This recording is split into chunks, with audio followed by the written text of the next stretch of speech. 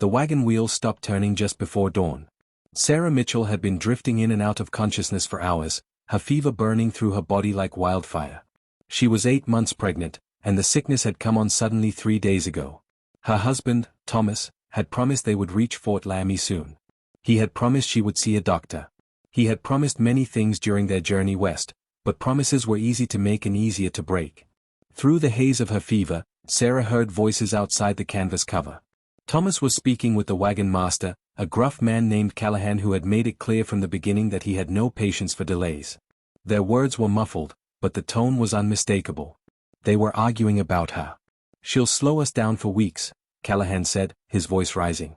"We've got 3 more mountain passes before the snow comes. Every day we lose could mean death for everyone." "She's my wife," Thomas replied, but even in her weakened state, Sarah could hear the doubt creeping into his voice.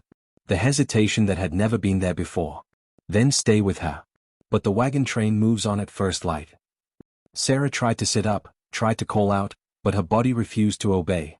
The baby inside her kicked weakly, as if sensing the danger that surrounded them both. She had married Thomas Mitchell 2 years ago, believing in his dreams of a new life in Oregon Territory. He had spoken of fertile land and opportunity, of building something that would last generations. She had followed him across rivers and plains, through dust storms and bitter cold, never complaining even when her feet bled and her back ached. The wagon lurched suddenly as someone climbed inside. Thomas knelt beside her, and in the dim light of the oil lamp, Sarah saw something in his eyes that made her blood run cold. It was not love or concern. It was calculation. "Sarah," he said softly, taking her hand. His palm was sweaty despite the cool morning air. "You're very sick. The wagon master says we need to stay here while you recover. The others will go ahead, and we'll catch up when you're stronger." She wanted to believe him. She tried to find comfort in his words. But when he pulled his hand away and stood up, moving toward the back of the wagon, she saw him gather his rifle, his bedroll, and the leather stole bag that held their money. He was taking everything of value. "Thomas." Her voice came out as barely a whisper. He paused at the opening, his back to her. For a long moment, he stood frozen, and Sarah thought perhaps his conscience would win. Perhaps he would remember their wedding vows, remember the child growing inside her, remember that he was supposed to be a man of honor. "I'm sorry," he finally said, and then he was gone. Sarah heard the sounds of the camp breaking around her. Horses snorting, wagon wheels creaking, children crying as their parents roused them from sleep. She dragged herself to the opening and looked out onto a scene that would haunt her forever. The entire wagon train was preparing to leave. Thomas stood beside Callahan's wagon, helping to harness the oxen as if she had never existed. As if the woman dying just 50 feet away was not carrying his child. She called his name, but the sound was lost in the chaos of departure. One by one, the wagons rolled past. Some people looked away. Others stared with a mixture of pity and relief that it was not them being left behind. A few women wept openly, but none of them stopped. None of them defied their husbands or the wagon master to stay with her. When the last wagon disappeared over the eastern ridge, Sarah Mitchell was alone in the wilderness with nothing but a broken wagon, a few days' worth of water, and a child that would never know its father. The sun rose higher, indifferent to her suffering, and the vast emptiness of the plain stretched out in every direction like an ocean with no shore. She pulled herself back inside the wagon and curled around her swollen belly, waiting for death to claim them both. 3 days passed like 3 years. Sarah's fever rose and fell in waves that left her shaking and delirious. She had stopped trying to ration the water. What did it matter now? The baby had stopped moving yesterday, and Sarah wondered if it had already died inside her. Perhaps that would be a mercy. Perhaps dying here, together, was better than whatever suffering awaited them in this merciless land. On the 4th morning, she woke to find the water barrel completely empty. Her lips were cracked and bleeding. Her tongue felt like leather in her mouth. She tried to remember prayers from her childhood, but the words scattered like dust every time she tried to hold them. Instead, she found herself talking to the child, apologizing for bringing it into the world only to let it slip away before it ever drew breath. "I'm sorry," she whispered, her hand resting on her belly. "I'm so sorry I couldn't protect you." The sun climbed higher, turning the wagon into an oven. Sarah's dress was soaked with sweat despite her body's desperate attempt to conserve moisture. She knew she should try to find shade outside, but moving seemed impossible. Her limbs felt disconnected from her will, heavy and useless. It was midday when she heard the sound. At first, she thought it was her imagination playing tricks, another symptom of dehydration. But the sound grew louder, more distinct. Hoofbeats. Many of them. Hope and terror surged through her in equal measure. Who would be riding through this desolate place? Traders? Soldiers? Or something worse? She heard the horses stop near the wagon. Voices spoke in a language she did not recognize, musical and flowing where English was harsh and clipped. Sarah's heart hammered in her chest. She had heard stories around the campfires, tales of savage raids and brutal deaths. But she had also heard other stories, whispered more quietly, of kindness and honor among the native tribes that Thomas and the others had dismissed as foolish sentiment. The canvas cover pulled back, flooding the wagon with blinding light. Sarah raised her hand to shield her eyes and saw a silhouette framed against the brilliant blue sky. As her vision adjusted, she made out the features of a woman, perhaps 40 years old, with long black hair braided with leather and beads. Her face was weathered by wind and sun, marked with lines that spoke of both laughter and sorrow. But it was her eyes that held Sarah captive. They were dark and deep, filled with an understanding that seemed to see straight through to her soul. The woman spoke, and though Sarah did not understand the words, the meaning was clear. She was asking if Sarah was alone. Sarah nodded, and tears began streaming down her face. The woman climbed into the wagon with surprising agility and knelt beside her. She placed a cool hand on Sarah's forehead, then moved it to her swollen belly. Her expression shifted from concern to something approaching reverence. She called out to her companions, and 2 young men appeared at the wagon's entrance. The woman gave rapid instructions, and they nodded, immediately setting to work. One brought a leather water pouch, and the woman lifted Sarah's head gently, letting her drink. Sarah had never tasted anything so sweet. She wanted to gulp it down, but the woman would only allow small sips, speaking in a soothing tone that reminded Sarah of her own mother singing lullabies. The young men lifted Sarah from the wagon with practiced ease, as if she weighed nothing at all. They had prepared a travois, a simple but ingenious device made of 2 long poles with leather stretched between them, attached to one of their horses. They laid her on it carefully, covering her with a soft hide to protect her from the sun. The woman mounted her horse and positioned herself beside the travois, one hand resting protectively on Sarah's shoulder. As they began to move, Sarah felt the baby stir inside her. It was the faintest flutter, like a whisper of life refusing to surrender. She placed her hand over the spot and felt it again, stronger this time. The woman noticed and smiled, nodding as if this confirmed something she had already known. They traveled for hours across terrain that would have killed Sarah within a day if she had tried to walk it. The woman never left her side, occasionally offering water or adjusting the hide to keep the sun off Sarah's face. As the afternoon wore on, Sarah drifted in and out of a strange, dreamlike state. She saw her life passing before her in fragments. Her childhood in Pennsylvania, her mother's funeral, her wedding day, Thomas's face when he had first spoken of going west. But these memories felt distant now, like they belonged to someone else entirely. When the sun began its descent toward the horizon, painting the sky in shades of orange and purple, Sarah saw something that made her think she was hallucinating. Rising from the plains ahead was a collection of white structures that seemed to glow in the evening light. As they drew closer, she realized they were teepees, dozens of them arranged in a great circle. Smoke rose from cooking fires, and the sounds of children playing drifted on the wind. Dogs barked a greeting as the party approached, and people emerged from their homes to see what the riders had brought back. The woman spoke to the crowd in that same flowing language, and Sarah heard one word repeated several times, Winyang. She would later learn it meant woman. But the way it was spoken, with such emphasis and reverence, suggested it meant something more. She was not just a woman. She was a woman who needed help, and among the Lakota, that was reason enough. They carried Sarah to the largest teepee at the center of the village. Inside, the air was cool and fragrant with herbs she could not name. The floor was covered with buffalo robes so soft they felt like clouds beneath her aching body. The woman who had found her, whose name Sarah would learn was Winona, spoke quietly with an elderly man who entered shortly after them. His face was deeply lined, his hair silver and worn in 2 long braids. He carried himself with an authority that went beyond age or title. This was a man who had earned respect through wisdom and action. He knelt beside Sarah and examined her with hands that were surprisingly gentle. He spoke to Winona, who nodded and left quickly, returning moments later with several other women. They brought steaming water in clay pots, bundles of dried plants, and strips of soft leather. The old man, whose name was Thathienka Wengzilla, or One Bull, began preparing a medicine that filled the teepee with a sharp, earthy smell. Sarah wanted to ask what they were doing, wanted to explain her gratitude, but exhaustion overtook her. She closed her eyes and let herself drift, trusting these strangers in a way she had never trusted Thomas, even in the best of times. She felt cool compresses being placed on her forehead and wrists. Someone was gently massaging her swollen ankles, working the fluid that had accumulated there. Warm liquid was brought to her lips, bitter but not unpleasant, and she drank without resistance. Time lost all meaning. Sometimes she woke to find Winona sitting beside her, working on beadwork or mending clothes, always keeping watch. Other times she opened her eyes to see different faces, women of various ages who came to check on her, bringing food or fresh water, speaking softly among themselves.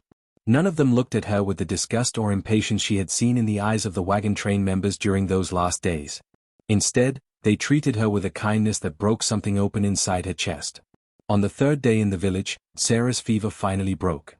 She woke feeling weak but clear-headed for the first time in over a week. Winona was there, as always, and when she saw Sarah's eyes focus and recognize her, she smiled broadly and called out to the others. Within minutes, the teepee was filled with joyful voices. They brought her soup made from buffalo meat and wild roots, rich and nourishing. They helped her sit up, supporting her back with folded robes. They brought her water to wash with and clean clothes to replace her filthy, torn dress. The garment they gave her was made of soft deerskin, decorated with simple but beautiful beadwork along the shoulders. It was the most comfortable thing Sarah had ever worn, infinitely better than the restrictive corset and heavy skirts of her former life. When they braided her hair, weaving in small feathers and beads, Sarah caught her reflection in a polished piece of metal and barely recognized herself. She looked like someone who belonged here, someone who had always been meant for this place. As she grew stronger, Sarah began to learn their ways. She learned that the woman who had saved her, Winona, had lost her own daughter in childbirth 5 years ago. The child had been stillborn, and the grief had nearly destroyed Winona. Finding Sarah had felt like a message from the spirits, a chance to heal her own wounded heart by saving another mother and child. She taught Sarah words in Lakota, laughing gently when Sarah mispronounced them, praising her when she got them right. Sarah learned that Pilamaya meant thank you, that Mitakuya Oyasin meant all my relations, and expressed the interconnectedness of all living things. She learned their philosophy of kinship, how they welcomed strangers into their families, how children belonged not just to their parents but to the entire community. She watched as they shared food freely, as they cared for the elderly with patience and respect, as they resolved conflicts through counsel and consensus rather than violence and dominance. Everything she had been taught about these people, everything the wagon train members had said with such certainty, was revealed as ignorant prejudice. The baby grew stronger too. Sarah could feel it moving more vigorously now, responding to her improving health. Winona would place a hand on Sarah's belly and speak to the child in Lakota, telling it stories about its new family, about the wide plains and the buffalo herds, about the sacred Black Hills where the spirits dwelled. Sarah did not understand all the words, but she understood the love behind them. One evening, as they sat by the fire outside Winona's teepee, the older woman asked Sarah about the father. Sarah tried to explain what had happened, how Thomas had left her to die, but the words caught in her throat. Winona listened without judgment, her face thoughtful. When Sarah finished, Winona was quiet for a long moment, staring into the flames. In our way, she finally said in halting English she had learned from traders, man who abandons woman with child is no man at all. He is empty. He has no honor. She paused, choosing her words carefully. You are not empty. You are full of life. Full of strength. The spirits brought you to us because you belong with people who understand this. Sarah felt tears streaming down her face, but they were different from the tears she had cried in the wagon. These were tears of release, of recognition, of coming home to a place she had never been before. Winona wrapped a blanket around her shoulders and pulled her close, and Sarah rested her head against this woman who had become more of a mother to her in 3 weeks than her own mother had been in 20 years. The baby came on a night when the moon was full and bright enough to read by. Sarah had been feeling strange all day, a restless energy that made her pace around the village despite her awkward bulk. Winona had smiled knowingly and begun preparations, sending young girls to gather specific herbs and instructing others to heat water and prepare clean hides. There was no panic, no fear. Birth was as natural as breathing here, something to be honored rather than dreaded. When the contractions began in earnest, Sarah was surrounded by women who had done this themselves, who knew every stage of the journey ahead. Winona sat behind her, supporting her back, while one bull's wife, a serene woman named Chengtewe Stemna, or Good Heart Woman, knelt in front of her, speaking words of encouragement.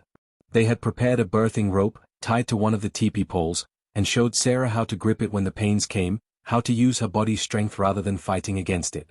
The night wore on, and Sarah discovered reserves of strength she had never known she possessed. Between contractions, the women sang.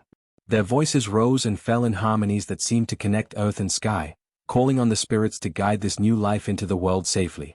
Sarah found herself humming along, though she did not know the words or the melody. It felt right, felt like adding her own voice to a song that had been sung for thousands of years. The pain was intense, but it was not the terrifying agony she had been led to expect by the women of her former life, who had spoken of childbirth in whispers as a curse and a punishment. Here, it was transformation. It was power. Every wave that moved through her body brought her closer to meeting the child she had carried for 9 months, the child who had survived when every circumstance argued for its death. Dawn was breaking when Sarah felt the final, overwhelming urge to push. The women's voices rose in excitement, urging her on. Winona's arms tightened around her, lending her strength. And then, with a rush that left Sarah gasping, the baby slipped free into Goodheart Woman's waiting hands. For a moment, there was silence, and Sarah's heart stopped. But then the baby cried, a strong, indignant wail that announced its arrival to the world, and the teepee erupted in joy. Wichikui. Goodheart Woman called out. Chuenxi. A daughter, Winona translated, laughing and crying at once. You have a beautiful daughter. They cleaned the baby and wrapped her in the softest deerskin, then placed her in Sarah's arms. Sarah looked down at the tiny face, the dark eyes that seemed to already hold ancient wisdom, the small fists waving in the air. She had expected to see Thomas in this face, had dreaded it even, but there was only beauty here. Only innocence and potential. This child was not her father. She was entirely herself. What will you name her? Winona asked softly. Sarah had thought about this during the long days of recovery. She had considered the names from her old life, the proper Christian names that her family would have expected. But those names belonged to a world that had cast her aside. She looked up at Winona, this woman who had saved both their lives, who had shown her what true kindness looked like. I don't know your ways well enough yet, Sarah said. Would you help me choose a name that honors where she was born? Who she is? Winona's eyes filled with tears.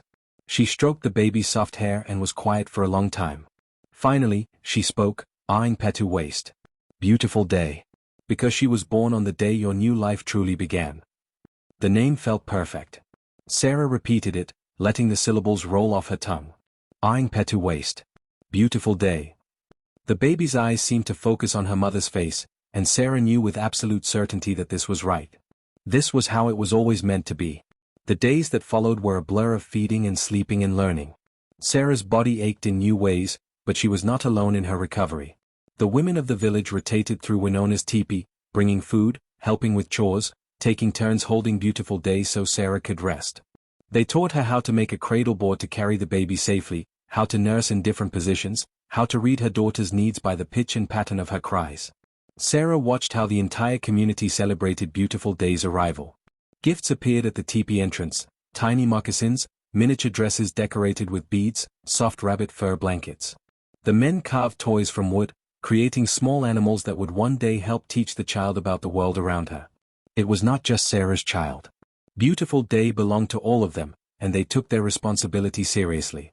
One afternoon, as Sarah sat nursing her daughter in the sun, one bull approached. He had been scarce since the birth, respecting the women's domain, but now he came with purpose. He sat down beside her, his ancient eyes taking in the peaceful scene. This child has strong spirit, he said in careful English. She fought to live when death was close. The spirits protected her for a reason. He paused, then continued, among our people, a child born into such circumstances often becomes a bridge between worlds. She will walk in 2 places, understand 2 ways. This is a gift, but also a burden. You must teach her both sides of who she is. Sarah felt a chill despite the warm sun. I don't know if I can teach her about my old world. That world tried to kill us both. One bull nodded slowly. Yes. But hiding from truth does not change truth. Someday she will ask about her father's people. Someday she will wonder why her skin is lighter, why her eyes are different. Better she learns from you, with love, than discovers alone, with anger. He was right, Sarah knew. But she could not think about that future yet. For now, it was enough to hold her daughter, to feel the strength of community around them, to know they were both safe and loved. Whatever challenges lay ahead, they would face them together. And they would face them as Lakota. 3 years passed like water flowing over stones, gradually reshaping everything it touched. Sarah, who now answered more readily to the name Winona had given her, Waste Weeing, or Good Woman, had become someone she would not have recognized in her former life. Her hands, once soft and carefully protected, were now strong and capable. She could tan hides, prepare buffalo meat, construct a teepee, and track deer through the forest. She moved through the village with confidence, greeting everyone in fluent Lakota, her daughter balanced expertly on her hip or strapped to her back in the cradle board she had decorated herself. Beautiful Day was thriving, a bright and curious child who brought joy wherever she went. She had her mother's auburn hair but darker skin that marked her as belonging to both worlds. The children of the village adored her, and she was equally comfortable playing with the girls who practiced beadwork and the boys who practiced with toy bows. Winona had essentially become her grandmother, doting on her with a love that had healed the old woman's grief while creating new bonds of family. The village itself had become Sarah's universe. She knew every family, every story, every tradition. She participated in the ceremonies with genuine reverence, having come to understand the deep spiritual connection these people had with the land and all living things. When they honored the buffalo after a successful hunt, thanking the animal spirit for giving its life so they might live, Sarah felt the truth of it in her bones. This was not savagery. This was respect for the sacred balance of existence. But the outside world had not forgotten about them. Rumors had reached the village of more wagon trains, more settlers pushing west, more soldiers building forts. One bull called councils more frequently, his weathered face grave as he discussed what this meant for their people. The Lakota had treaties with the white government, papers signed and promises made. But one bull had lived long enough to know that white promises were like morning mist, appearing substantial but vanishing when tested. It was early summer when the soldiers came. Sarah was by the river with Beautiful Day and several other women, washing clothes and laughing as the children splashed in the shallows. The sound of horses approached fast, and they looked up to see a dozen cavalry soldiers riding hard toward the village. Sarah's blood ran cold. She scooped up Beautiful Day and ran with the others back to the safety of the circle. The soldiers stopped at the edge of the village, their commanding officer dismounting with an air of authority that barely concealed his nervousness. He was young, probably no more than 25, and this was clearly his first real encounter with the people he had been trained to view as enemies. One bull walked out to meet him, flanked by several warriors, including Winona's son, Thathienka Sikala, or Little Bull, a respected fighter known for his courage and judgment. Sarah stood with the other women, her heart pounding, Beautiful Day clutched tight against her chest. The officer was speaking in English, his voice carrying across the open space. He was looking for someone. A white woman. There had been reports of a captive held by this tribe, a woman who needed to be rescued and returned to civilization. Sarah felt everyone's eyes turned toward her. The officer followed their gaze, and his expression shifted from businesslike to shocked. He had found what he was looking for, but she was nothing like what he had expected. She wore Lakota dress, her hair was braided in the traditional style, and she held a mixed-race child. But her skin was white, her features European, and she was undeniably the woman he sought. He called out in English, taking a step toward her. Are you being held here against your will? We've come to take you back to your people. The words hung in the air like a challenge. Sarah felt Winona move to stand beside her, a show of solidarity. Beautiful Day, sensing her mother's tension, began to whimper. Sarah bounced her gently, soothing her in Lakota, never taking her eyes off the officer. I am with my people, Sarah replied in English, her voice clear and strong. The officer blinked, confused. These are savages. Whatever they've done to you, whatever they've made you believe, you're white. You belong with us, with civilization. His tone was patronizing, certain of his righteousness. Something hot and fierce rose in Sarah's chest. She handed Beautiful Day to Winona and walked forward until she stood face to face with the officer. Behind her, she felt the entire village holding its breath. I was left to die by civilized people, she said, her voice shaking not with fear but with controlled fury. My husband, a white man, a Christian man, abandoned me and our unborn child in the wilderness because I was inconvenient. These savages saved my life. They nursed me back to health. They helped deliver my daughter. They welcomed us into their family without asking for anything in return. So no, Lieutenant, I will not be going with you. I am home. The officer's face flushed red. You don't know what you're saying. They've brainwashed you. It's my duty to rescue you. From what? From people who value community over greed? From a life where children are loved by everyone, not just their parents? From a place where women are respected and valued. Sarah laughed, a sound with no humor in it. If you want to rescue someone, Lieutenant, go find the women married to men who beat them. Go find the children working in factories instead of playing in the sun. Go find the people starving in your cities while food sits rotting in warehouses. There's your mission, if you truly care about saving anyone. One bull stepped forward, speaking slowly in English. This woman chose us. She is Lakota now. We will not let you take her. We will not let you take her child. If you try, there will be blood. Is one woman worth war? The lieutenant looked between Sarah, one bull, and the warriors who had quietly moved to defensive positions.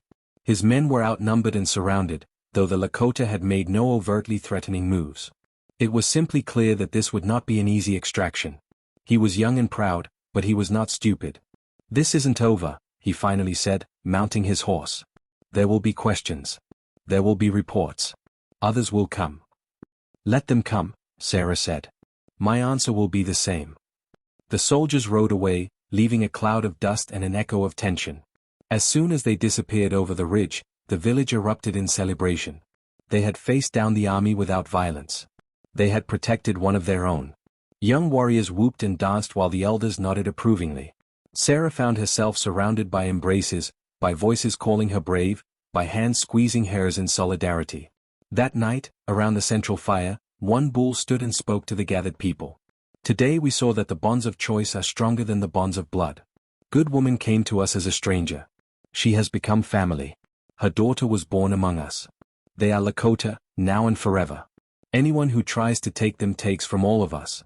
We stand together. The people responded as one, Mitakuya o Yasin. Sarah sat with Winona and Beautiful Day, watching the fire send sparks up toward the stars. She thought about Thomas, wondered briefly where he was, if he ever thought about the wife and child he had condemned to death. She felt no hatred for him anymore, only a distant pity. He would never know this feeling, this sense of complete belonging. He would never understand that the very people he had feared and despised were more human, more humane, than anyone he considered civilized. Beautiful Day fell asleep in her arms, her small hand clutching Sarah's finger. Sarah looked down at her daughter's peaceful face and made a silent promise. She would raise this child to be strong and proud. She would teach her both languages, both worlds, so she could move between them with wisdom and grace. She would make sure Beautiful Day never doubted she was wanted, loved, valued beyond measure. The fire burned low, and people began drifting back to their homes. Winona touched Sarah's shoulder gently. Come, she said. Tomorrow is a new day. We have much work to do. Sarah stood, cradling her sleeping daughter, and followed Winona back to the teepee they now shared. Above them, the Milky Way stretched across the sky like a river of light, and somewhere in that vast darkness, Sarah felt the presence of something greater than herself. She had been lost and found. She had died and been reborn. And in this wild, beautiful place among people who understood that family was more than blood, she had finally learned what it meant to truly live.